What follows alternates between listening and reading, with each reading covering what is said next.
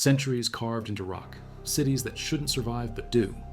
We talk about ancient wonders, towering pyramids, sprawling temples. Almost nobody talks about what's beneath. The labyrinth under Derinkuyu, the vaults of Edinburgh where bodies stacked, the Salt Cathedral 300 feet down where miners prayed before the shift, tunnels connecting 20,000 people, chapels cut from a single stone.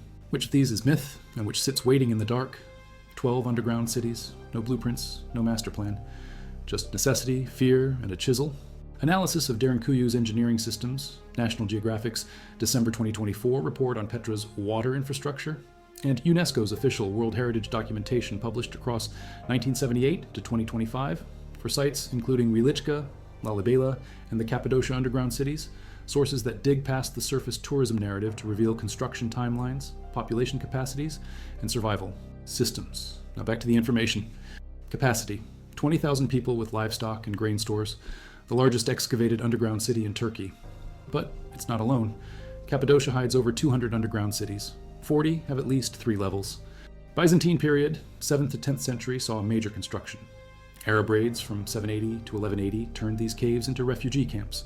Families descended with animals, sealed stone doors, 1,000 pounds each from the inside. Each floor could be locked separately. Derinkuyu alone had over 50 ventilation shafts reaching to the deepest levels, wells drilled through rock, stables on the first floor, cellars, storage rooms, refectories. On the second floor, a chapel with barrel-vaulted ceiling, wine presses, oil presses, a space for everything. Locals forgot until that basement wall broke. Timur's incursions, 14th century. Every threat meant descent. Seal the door. Wait. Cappadocia's volcanic tuff made it possible. Soft enough to carve by hand, stable enough to hold for millennia. No concrete, no mortar. Just the rock and the people who needed to disappear. Chinese troops ambush Soviet guards. Blood in the snow. Mao Zedong orders construction. Chairman Mao's directive: prepare for nuclear war. Beijing starts digging. The complex spans 85 square kilometers, 8 to 18 meters under Beijing's city center. Over 90 entrances hidden in shops along Qianmen's main streets.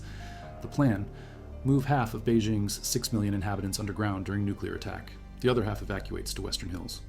The China Internet Information Center confirms connections from Saidan and Xuanwumen to Qianmen and Chongwen district. Rumor says every residence once had a trap door leading down. The network included restaurants, clinics, schools, theaters, factories, a roller skating rink, grain warehouses, oil storage, mushroom farms, murals of Mao, slogans: accumulate grain. For the people, prepare for war, prepare for famine. Bunk beds, water purifiers, silk factory and a staff meeting room. In 2025, reports emerged of a 1,500-acre construction site northwest of Beijing. Deep holes, hardened bunkers. Intelligence analysts call it Beijing Military City. Protection against bunker buster munitions, against nuclear weapons. The underground never stops growing. 15-year-old William Hutchison, son of a gold prospector, finds surface opal near what's now Coober Pedy. 8 days later, the first opal claim is pegged. The New Colorado Prospecting Syndicate had been searching unsuccessfully for gold just south of Coober Pedy since January. Willie wandered off while they camped, searching for water. Found pieces of surface opal instead. The New Colorado Prospecting Syndicate leaves February 18th. Too hot. No water. Desert stretched endless. Flies everywhere. Building materials non-existent. They return months later with fresh supplies and determination. O'Neill brothers and Fred Blakely arrive. Earliest opal mining pioneers. They introduce the dugout, living underground.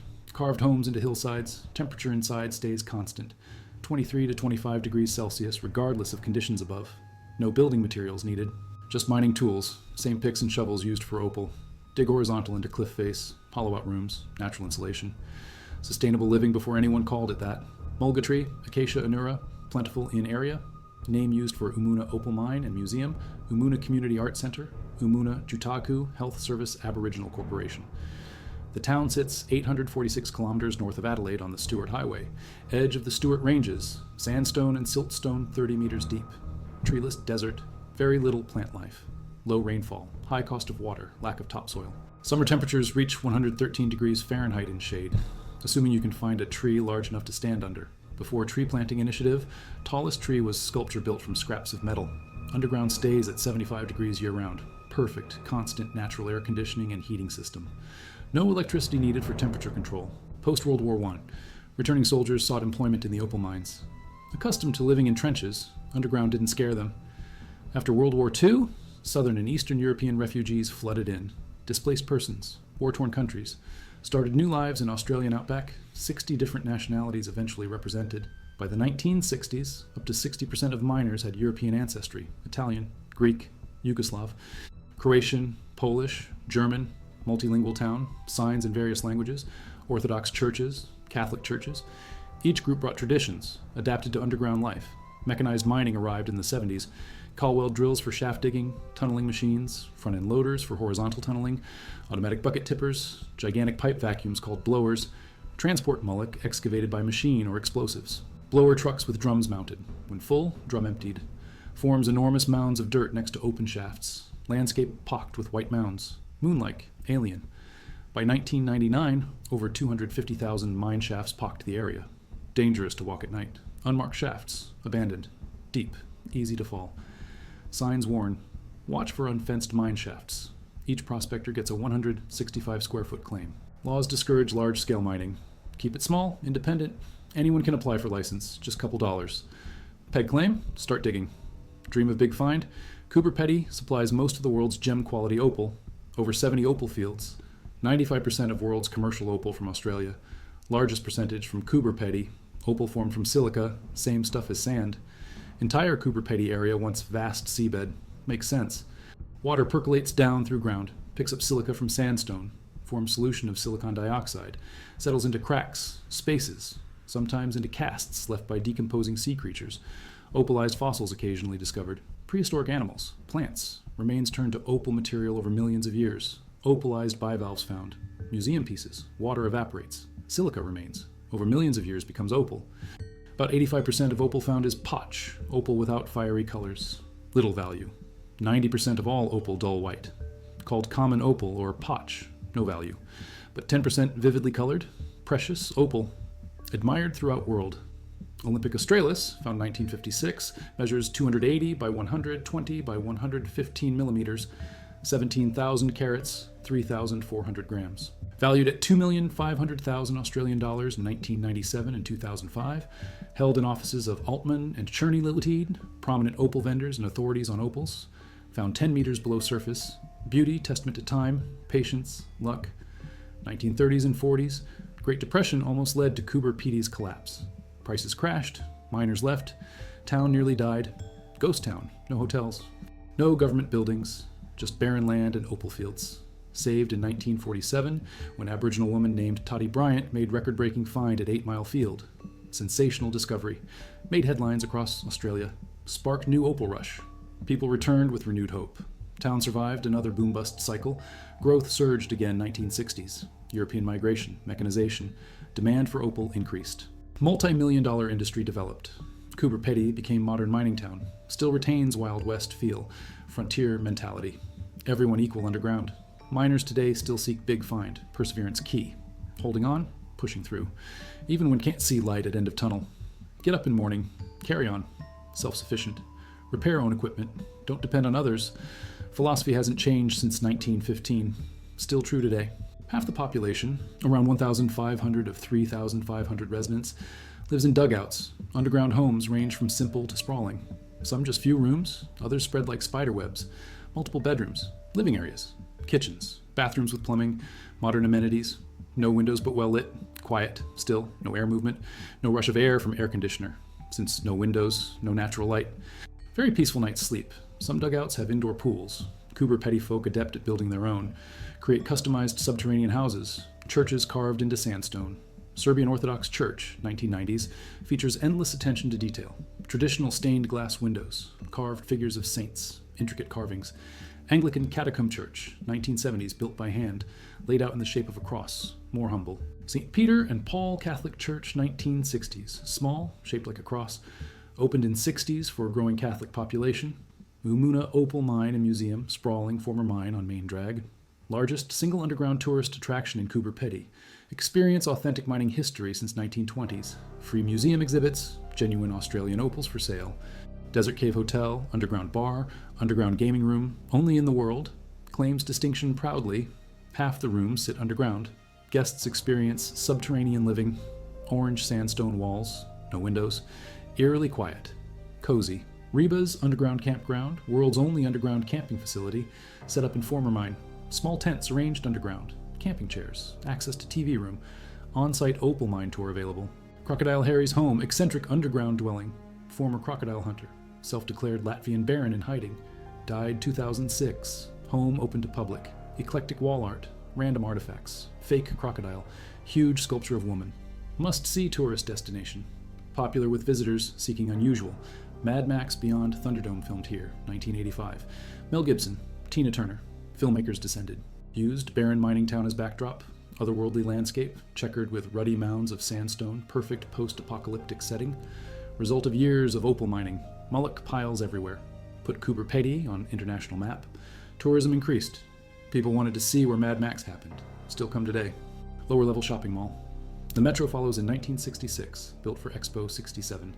Tunnels adjoin subway stations with office buildings, hotels. By 2004, the network rebrands as RESO, homophone of French réseau, network. The O stylized as the Montreal Metro logo. 60 metro station entrances outside official RESO limits. Some with own smaller tunnel networks. Nearly 500,000 people use it daily. Largest underground complex in the world. Covers most densely populated part of Montreal. 3.6 square kilometers of floor space. 80% of downtown office space connects. 35% of commercial space. Integration complete. 1,700 boutiques. Everything from local designers to international brands. Rudsack leather goods. Cine local with locally designed fashion, accessories, food, cosmetics, decor. Aldo shoes, Montreal-based, internationally famous. 200 restaurants, options endless. Time Out, Market in Centre Eaton de Montreal. Culinary haven, counters from city's best restaurants. Sample diverse array of gourmet dishes in one location. Le Cathcart Restaurants, a beer garden in Place Ville-Marie. 35,000 square feet. Food counters. Full-service restaurants, cafes, beer garden. Only local chefs. Established and up and coming. No franchises, no chains. PVM glass pavilion with indoor urban garden. Vibrant, inviting. Captures Montreal vibe through diverse culinary offerings. 30 movie theaters, 10 major hotels, 10 metro stations fully integrated, 10 university pavilions, banks, museums, Place Bonaventure, Palais des Congrès Convention Center, Bell Centre Arena, home to Montreal Canadiens, all connected, all accessible without stepping outside. Lucien Lallier and Place d'Armes on the Orange Line, McGill University, Montreal Museum of Fine Arts, Concordia University, Université de Montréal, Université du Québec à Montréal all have separate campus tunnel networks. Tunnel between Eaton Centre and Place Ville-Marie consolidated the central halves. Bell Centre, originally Molson Centre, connected Lucien Lallier Metro Station. 2003, Quartier International de Montréal consolidated segments with continuous pedestrian corridors. RESO isn't truly underground. Many passages sit at ground level, one sky bridge between Lucien Lallier Metro Station. It's more an indoor city than a subterranean one. But in Montreal, when wind cuts and ice forms, underground means survival. Built as a mausoleum during the reign of Aratus IV Philopatris, beginning of the 1st century AD. Rediscovered in 1812 by Swiss explorer Johann Ludwig Burckhardt. Wealth poured in. Temples, baths, colonnaded street. Over 600 stone facades, rock-cut architecture. Subtractive process. Space created by removing material. 4 freestanding monolithic churches. 7 share a wall with a mountain. The Sick, narrow gorge, 3 to 4 meters wide, natural geological feature, flows into Wadi Musa. Steeply descends, eastern entrance, dark, narrow, 1,200 meters long, ends at the Treasury. New roads, distinct Roman style and monuments, sculptures, public spaces. Rome rules for 300 years, eventually moves trade center north, shipping by sea. Petra's importance fades. Petra Church, Byzantine floor mosaics. Add Deer, the monastery, unfinished tomb facade, used as church. Many tombs with elaborate facades now used as dwellings. High place of sacrifice. Cultic altar, biblical times, well preserved. 12 skeletons found in Treasury Tomb in 2024. Aramaic funerary inscriptions. Sophisticated engineering. Passive thermal comfort through sandstone's thermal mass. Interior stays cool despite desert heat. Not a building, an excavation. A city carved, not constructed. Wells, tunnels. By the time Romans arrived, the network's already extensive. Velsna, or whatever the city was called, falls to Rome in 264 BC after 2-year siege. Wells helped Etruscans withstand, but Romans took it. Kilns for firing pottery. Walls pocked with columbaria, small cubbies for pigeons. Roast pigeon, still popular in Orvieto. Noble houses had escape tunnels. Secret passages beyond city walls in case of attack. Scholarly study follows. Small portion opened to public in 1990s. Guided tours start at Piazza Duomo. 1-hour tour. Approximately 500 meters of tunnels, fraction of the network. Well would supply water during siege. 53 meters deep, 13 meters wide. 2 spiral ramps form double helix. Beasts of burden transport water buckets in opposite directions without obstruction. Etruscan Latin first name, Aulus. Family name, Celtic origin, derived from Caticos. Complexity of ethnic relations in ancient Italy. Galeni tomb, 4th century BC. Wall paintings depict funeral banquet, servants preparing feast. Countless niches for pigeon roosts. 3 millennia of willful, continuous work. Darkness, damp, 14 to 15 degrees Celsius. Humidity, perfect for olive oil production. Medieval remains still visible. Wine cellars, water reservoirs, fireplaces. Enormous artificial cavities. Etruscan wells so large a man can descend. Caves with small corridors, tunnels, rooms, narrow stairs. Pigeons no longer live there, but the holes remain. Number 7. Edinburgh Vaults, Southbridge, Scotland. 1785. Southbridge Act passes. Construction begins. 19 arches support the bridge, completed 1788. Edinburgh's first purpose-built shopping street. Arches enclosed behind tenement buildings. Underground spaces given extra floors. Approximately 120 rooms or vaults beneath South Bridge. Sizes range from 2 square meters to 40 square meters. Barely habitable. World War II, some vaults used as air raid shelters, then forgotten. Rubble-filled chambers to prevent flooding, squatters returning. 1980s, former rugby player Norrie Rowan, property owner and builder in Old Town, rediscovers vaults by accident. Rubble cleared. Some transformed into nightclubs, hospitality venues, theater. Part under Blair Street remains cleared. 1996, Marquette Tours starts organizing ghost walks. BBC names Edinburgh Vaults Britain's most haunted place. Big man, knee-length leather boots, footsteps echo, sneaks up on people, bad breath. Protective of white room, strong spirit, drains batteries, cameras malfunction, lights go out, scratch marks on people, inflicts pain, believed body snatcher or murderer, hid victims in white room. Weddings, live music, original terracotta floor tiles, hearthstone, fireplace remains, well found. Edinburgh Festival Fringe in August. Vaults transform into major festival venue. Over 60 shows a day. Above ground, traffic, shops, life. Below, darkness, echoes, stories in the stone. 1300s, table salt extracted continuously. One of world's oldest operating salt mines. Jupi Krakowski, Krakow Salt Mines Company operates it. Commercial mining discontinued, 1996, falling salt prices, flooding. Extends over 1,000 feet deep, only 2% explorable. Shafts, labyrinthine passageways, displays of historic salt mining technology, underground lake, 4 chapels, numerous statues carved by miners from rock salt. Kinga, patron saint of salt miners, built 1896. Construction took decades, every element carved from salt. Walls, chandeliers made from salt crystals. Bas-relief carvings depict Nativity, Last Supper, Crucifixion, Slaughter of Holy Innocents, Saints, altar created by Joseph Markowski, statues of Saint Kinga, Saint Joseph, Saint Clement. In 1994, relic of Saint Kinga placed in compartment inside altar. Kinga legend, Hungarian princess, daughter of King Bela IV, married to Bolesław V the Chaste, Prince of Krakow. Asked father for salt as dowry, threw engagement ring into Hungarian salt mine in Maramaros before leaving for Poland. On arriving Krakow, asked miners to dig deep pit, found lump of salt, split in 2, princess's ring inside. Kinga became patron saint of salt miners, died 1292. Beatified by Pope Alexander VIII in 1690. Named chief patroness of Poland and Lithuania 1695.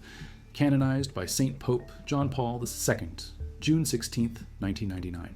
Statue of John Paul II added to chapel, only salt statue of Polish Pope in world. Masses celebrated, concerts performed, people marry underground. Miners were always religious, working underground in constant danger, darkness, away from families, created underground chapels to pray, gained strength, seek protection of patron saints. Over 12 million people visited since opening. Nicholas Copernicus, Goethe, Humboldt, Chopin, Paderewski, Karol Wojtyła, later Pope John Paul II, Bill Clinton. Between 1915 and World War II, machine drills and blasting used. 1915, salt mine workers paid equivalent of 20 cents per day. World War II, Germans used mine for underground manufacturing. August to October 1944, Jewish concentration camp prisoners forced to hard labor.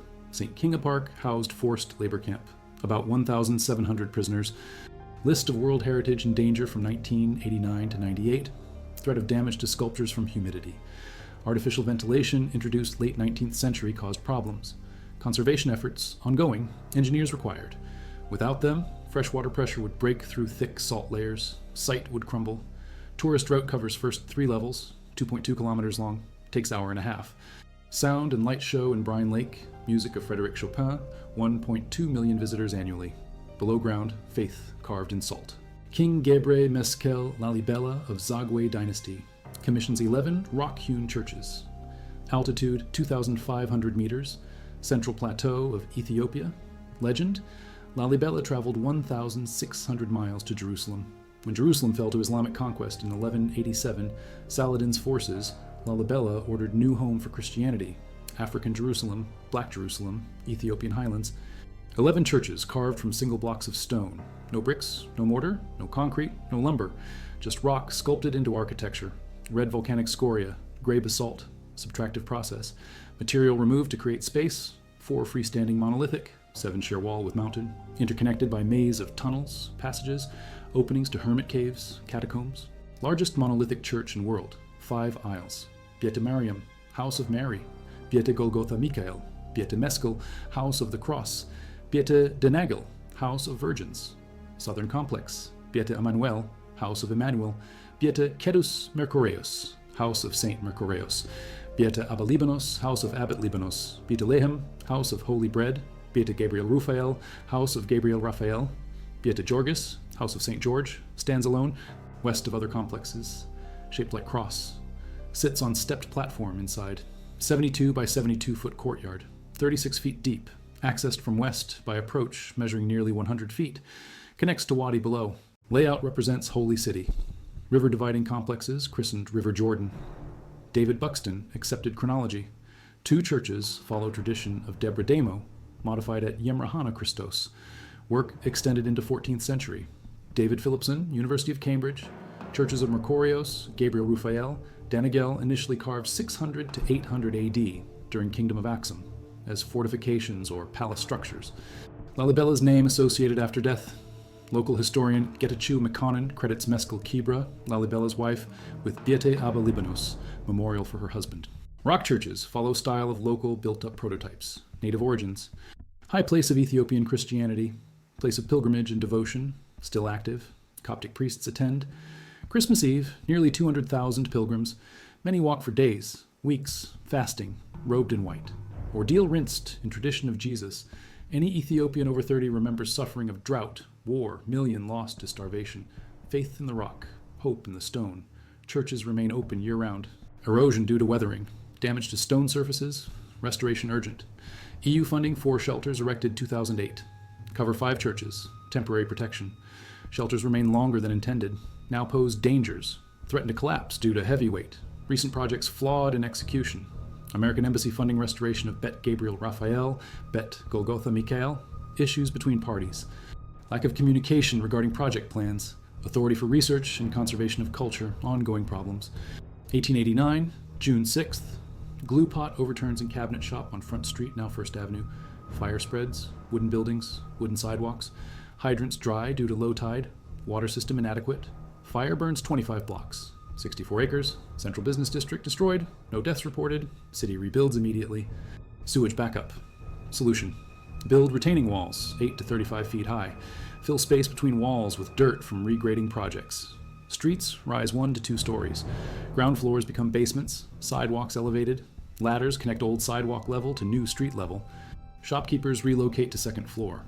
Ground floors become storage. Basements, eventually abandoned.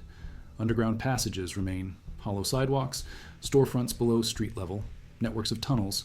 Early 1900s, underground condemned. Considered unsafe. Underground Seattle Tours founded 1965. Takes visitors through subterranean passages. Remnants of old storefronts, sidewalks. Architecture frozen in time. 1971, Pioneer Square designated Historic District. Underground becomes tourist attraction. Today, tours operate daily. Visitors walk beneath modern Seattle. See original street level. Purple glass skylights embedded in sidewalks. Light filters down. Eerie glow. History beneath feet. Berbers carve homes into soft sandstone. Troglodyte dwellings. Courtyard dug into ground. Rooms excavated around perimeter. Some pits reach 10 meters deep. Artificial caves. Temperature regulation. Summer heat intense. Underground stays cool. Winter cold. Underground retains warmth. Matmata troglodytes seek assistance from local authorities. French colonial government sends aid. World learns of underground village. 1976. George Lucas films Star Wars, A New Hope. Matmata chosen for location. Lars Homestead, Luke Skywalker's home, City Driss Hotel, courtyard and rooms used. Filming put Matmata on map. Tourism increases. Hotel preserves Star Wars set. Visitors tour.